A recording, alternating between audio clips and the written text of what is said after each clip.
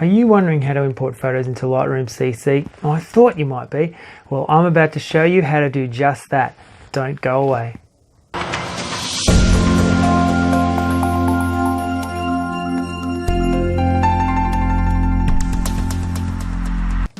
Hi there, Barry Callister for Barry Callister Photography, giving you hints, tips and tricks for better nature photography.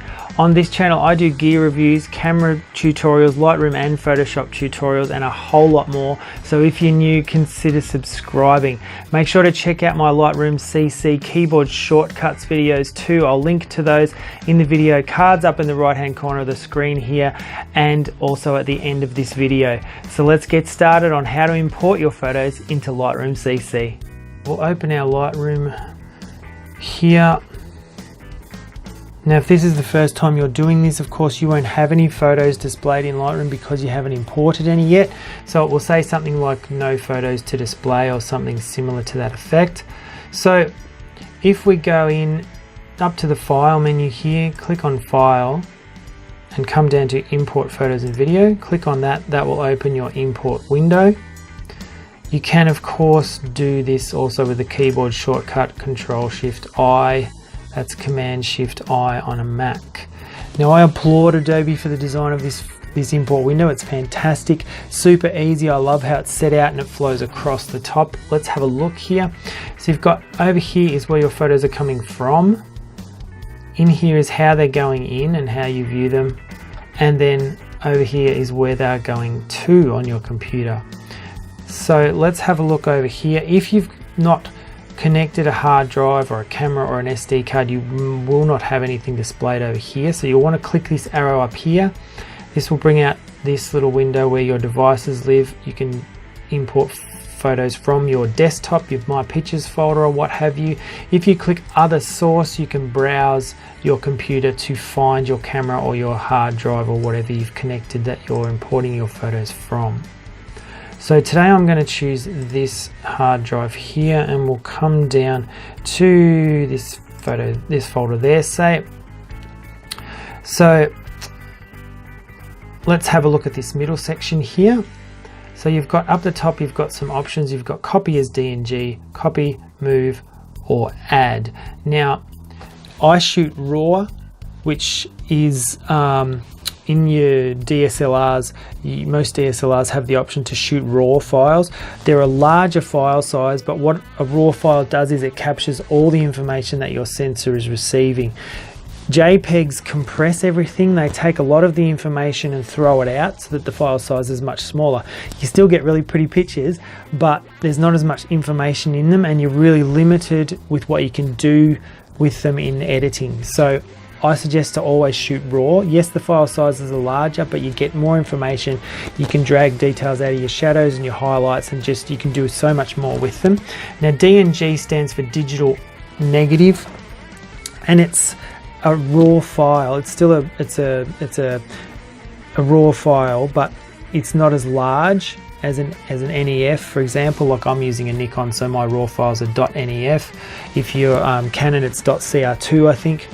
So a DNG is still a RAW file. All that information is still in there, but it throws out a little bit of the information so that the file size is a little bit smaller, but they're still a really good file and they're compatible across a lot of platforms, so you can use them with Lightroom, Photoshop, whatever have you. They're a universal file format, so that's great.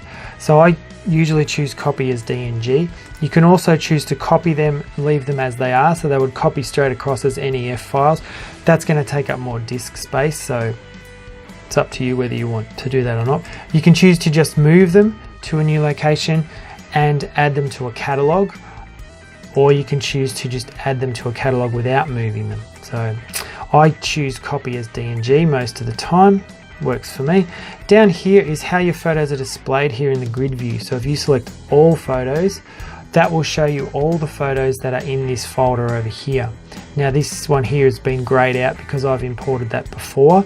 If I select new photos, you'll see that one disappears. So these ones that are now selected are only the new photos from this folder that will be imported. This destination folders one is, if I click and open the destination window here, this will show you how they're going to look once they've imported. So this is the folder name, and this is what they'll be like in there. If I select a different hard drive here, for example this one, and like this one here, this folder here has got a lot of separate subfolders in it. So you'll see here now we have them listed by date. They'll go into a folder with their date, and that's the amount of photos that will be in each separate folder. So if you choose to look at it that way, you can, but I just choose all photos. Let's go back to our previous folder we were working on here. Where were we? 9, there we go. So I'm just going to choose to import new photos, and now we have to tell before we do this, before we tell Lightroom where to put them, let's have a look down here. You've got your option to check all or uncheck all. So now if I click that, none of them are checked and none of them will be imported, and I can just select individual photos by just clicking the little box there and select whichever ones I want. I can also select a range. If I just wanted these last photos of the wattle flower here, I click the first one in the series that I want, I hold shift and click the last one, that will select them all. Then you just tick one box, it doesn't matter which one, and they're all selected and they'll all be imported.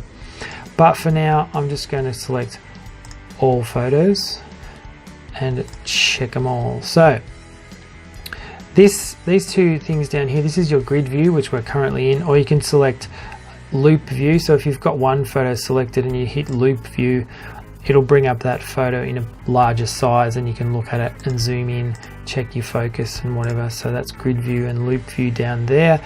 Here is how the photos are sorted in the grid window. So you've got by capture time, which is how they're currently selected, or it's off, but if I click capture time you can see nothing happens because they're in the order that they were taken already. Check state, if I click that, that is just the ones that have been checked. So if you've got a large folder of photos and you're just selecting a few, if you select checked state, that will show you only the photos that have been checked first and then the ones after it that haven't been checked. So that's kind of handy. You can choose by file name or media type if you wish also there. This here, this slider just controls the size of your thumbnails, as you can see, larger or smaller. I just use that, leave that to default usually.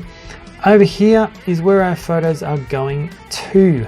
Up here under the, I'll just minimize these ones here so we'll just concentrate on this file handling one up here for starters. So this is what happens with your photos when they come in. So build previews here. The previews are what are the thumbnails that you look at of your photographs when they're in the Lightroom window. So you can choose to have Lightroom build minimal previews, which obviously will be the smallest ones that it can possibly do. They'll be a smaller file size, but they'll be not as good resolution. Embedded and sidecar is something that is kind of for professional photographers a bit more than novice photographers. You've got embedded is where the preview will be embedded with the file. So if you're shooting photos and then you're sending them off to somebody else to edit, if you choose embedded and sidecar, so you import them into your Lightroom catalog, they will be embedded with a preview so that when you shoot them onto somebody else for editing, they'll be able to open the previews quicker in their version of Lightroom. And sidecar is where if you have photos you're importing from an external hard drive, you import them in, the preview is not with the photograph, it's saved in Lightroom so that when the hard drive is not plugged into the computer you can still see the preview of that image. So that's kind of good. It's a bit larger than minimal. The file size is a bit larger than minimal. Standard is a bit larger again, but is really handy. This is what I use all the time. Your previews will load a bit faster and you can zoom into one-to-one. You have to wait a couple of seconds for it to tick over to generate the one-to-one preview, but that's fine, I don't mind that. And the last option is of course one-to-one. This will build the biggest preview it can possible, but of course it will take a lot more time to import and it takes up a huge amount of disk space. So unless you have a massive amount of disk space, I don't recommend that. I'm just going to choose standard today. Build smart previews does pretty much what it says. It builds a smart preview so that if you make an edit to that preview, when you don't have the original hard drive or SD card or whatever you've imported that photo from connected, when you next connect that hard drive, all the edits that you've done to the Smart Preview will be updated on the original file. So that's kind of handy to do that if you want. I never do that though. Don't support suspected duplicates is great to tick, because you see if I deselect that, it's going to import this photo again, and I already have that in there. So I choose don't import suspected duplicates. I choose it, but I can't say it. So the next selection here we have is make a second copy too. This is just if you're super paranoid about backing up your photos. This is essentially just makes a backup to whatever place you choose it to back up to. You can choose to add your photos to a collection. As you can see, I have a lot of collections here. A collection is another way of organizing your photos in Lightroom. You put, say, all your bird photos into a collection, and then sub collections under that of what type of birds, or you put wave photos or ocean photos or buildings, and it just is another way of sorting your photos and being able to find them. So you can choose to add your photos to a collection upon import there. Under this we have the file renaming menu. I don't normally rename my files, but you can choose to if you like. Under that we have the apply during import. What this will do is apply certain develop settings to your photos as they go in. So you've got a lot of presets here, Lightroom presets, and any user presets that you've saved. I always choose to do lens corrections. So that will apply the lens corrections preset there to all the photos as they go in. It does take a little bit longer on import, but saves you a bit of time later as well, so it's kind of good to do that. The metadata drop down menu here, you can choose to do what you wished with your metadata. Now metadata is just the information that's contained with the file, like your date and your camera settings and stuff like that, and your copyright information. So you can choose to make presets there and add stuff and take stuff out if you like, but I don't do that either. Keywords, very important. Keywords are another way of organizing your files and being able to find them quickly in Lightroom. They're kind of like a hashtag that goes onto your photo so you can find it quickly. So for these photos I might type wattle, and then I might type home, because these photos were taken at home, and then of course that's going to apply those keywords to all the photographs, but you can go in later and go through each one and take away the keywords that you don't want. It's better to do them now before import, because if you import them without keywords, you might have trouble finding your photos later. So we do that. Down here under destination, this will default to a folder called Lightroom in your pictures folder. So that is all we need to do, and now we just click import and Lightroom will begin importing the files for us, and you can see the progress bar up here. So first of all it will copy them in, then it will convert them to DNG, apply the developed settings that I've asked it to apply, and it will be done, and it will let me know when it's done as well. So it's just copying them in now, and then it will start doing the developed settings and changing them to DNGs, and it will let me know when it's done. So I'll just skip ahead to when it's done, and there's one more thing I wanted to let you know about.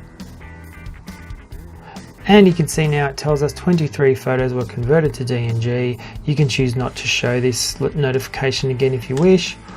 I just wanted to say one more thing about your import window here. Down here in the middle you've got import preset. What you can do is you can save certain presets of what you've set up in your import window. So what things you apply during import, how you rename the files, etc., where they go to. You can save those as import presets and then just select them from down here. That's really handy to do that. Over here there's this little arrow in the bottom left hand corner. If you click that, you can see your import window minimizes down to its most basic format without thumbnails. This can be a lot quicker. It'll save you a lot of time. You don't have to sit there waiting for the previews to come up. If you're not worried about seeing them before you import them, just do that and away you go. It'll be much quicker for you. So there you go. That is how you get your photos imported into Lightroom CC. I hope you found this video helpful. If you did, please leave me a comment down below. Make sure you subscribe and share this video with your friends. Be sure to check out the keyboard shortcuts for Lightroom CC videos that I've done over here on the right hand side. They are linked up. I'm Barry Callister for Barry Callister Photography. Get out there and take some wicked shots, and I'll see you soon.